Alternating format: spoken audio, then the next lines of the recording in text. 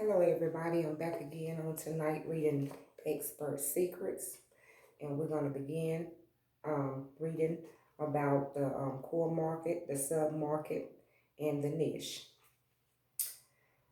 For now, here are some examples to help illustrate those blue oceans: the core market, sub market, and the niche. Health, nutrition, high fat diets, health, weight loss for college students, wealth, real estate, flipping houses on eBay, wealth online business, Facebook for e-commerce products, relationships, parenting, dealing with teenagers, relationships, dating, how to recover after a breakup. As you can see, you need to be a little creative to carve out your own niche, but it's the key to success, as you'll discover in secret pound number 3. What you have to offer must be different from everyone else's in your market. In other words, your niche can be different from anybody else's in the market. As you start looking around at the other experts in the sub-market, you're going to find out who your competitors are, what they teach, and how they do so. Then you will start to see where you fit in this ecosystem. You want to create a message that will complement the other players in your market, not compete with them. If you do this correctly, all your big competitors will almost instantly become your best partners. After I after I've identified the market I want to serve, I ask myself a few questions to make sure that that particular market will be able to sustain my new expert business. Before I ask these questions, I usually back out of my main niche back to the sub market. I will be pulling people from the sub market into my new niche. So these questions relate to people in the sub market. Question pound number 1. Would people in this sub market be excited about the new opportunity I'm presenting in this niche? Because you are pulling people from a sub market into your new niche, it is important to you make sure they will be excited about what you want to share. You will be creating a new opportunity for them, and it has to be something that will make them interested enough to take action. For example, let's say your hot market is wealth, your sub market is real estate, and the niche you are going to carve out for yourself is teaching people how to flip houses on eBay. Would you would people in real estate be excited about these new niches? And these are the 3 new niches right there, you can see. Wealth, real estate, and flipping houses on eBay. Question pound number 2. Are the people in this market irrationally passionate? Before we ask how passionate the market is, I need to ask you a personal question. Are you irrationally passionate about your topic? When you hang out with friends and family members, do you always bring it up, even if no one else seems to care? If so, that's good. But are these other irrationally passionate as you? Here are some of the things I look for to determine if my market is irrationally passionate. Communications. That's what I was talking about earlier. Communications and communities. Communities are their online forums and message boards and social groups dedicated to this topic.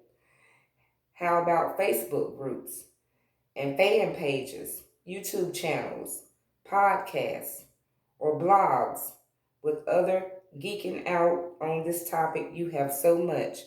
In other words, you have so many opportunities to present your offer or your niche on YouTube, podcasts, blogging, and Facebook.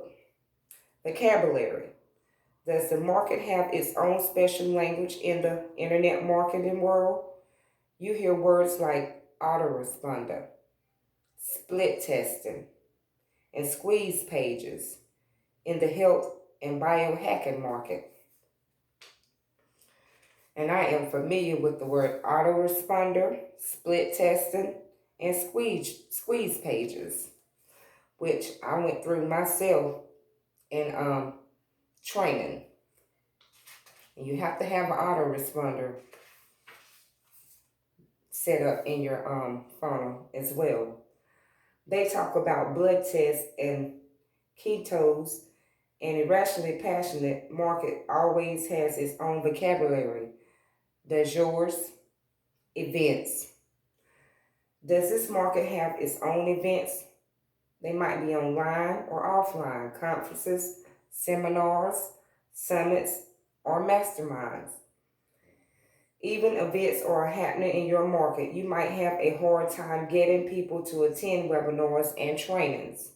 If they are already used to attending events, you will have a much easier time. And you do have to attend webinars, and you do have to attend events online, and also going to events. Other experts. Does this market have its own celebrities and gurus? There must be established expert already thriving and selling information products in your market.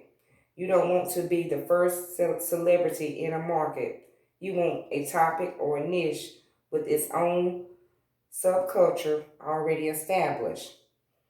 Go through these questions as many times as you need to in order to find the best market for you. I don't want you to waste any time, energy, or money going after the wrong niche if people is in your submarkets aren't likely to follow you. In other words, you don't want to get the wrong niche that nobody's buying. You want to get something that somebody's buying. Question panel number 3. Are those people willing and able to spend money on information? Sometimes people are willing to spend money, but they aren't able, they are broke. Other times people have all the money in the world. They are able but not willing to part a dime. Your submarket must be both willing and able to spend money. For example, I had a friend who saw huge potential in the video game market. He spent a fortune trying to launch his products, this new niche. What he found was that even though there was plenty of kids playing video games, they didn't have credit cards. It's hard to sell your mom or why you need to buy a course that will help you play video games better. Even though the kids he was targeting may have been willing to buy, they weren't able to. But the opposite is the truth as well. One of my inner circle members, Joel Urray, started his expert business selling to engineers who had good jobs. What we found was that most of his dream clients did have money, but they were not willing to spend it on coaching. He spent almost a year trying different ways to sell his offers and had very few results. As soon as he started selling to the market that was willing to able to buy, he became an overnight success. In other words, when he found a market that he was comfortable with, then he began to sell his products online and making sales overnight, beginning to gain process. What do you need to become a leader? Next, we'll be reading What Do You Need to Become a Leader in the next episode. And also, what we talked about, the attractive character, we'll be reading on tomorrow. And I hope you got some education on tonight and enjoy your day.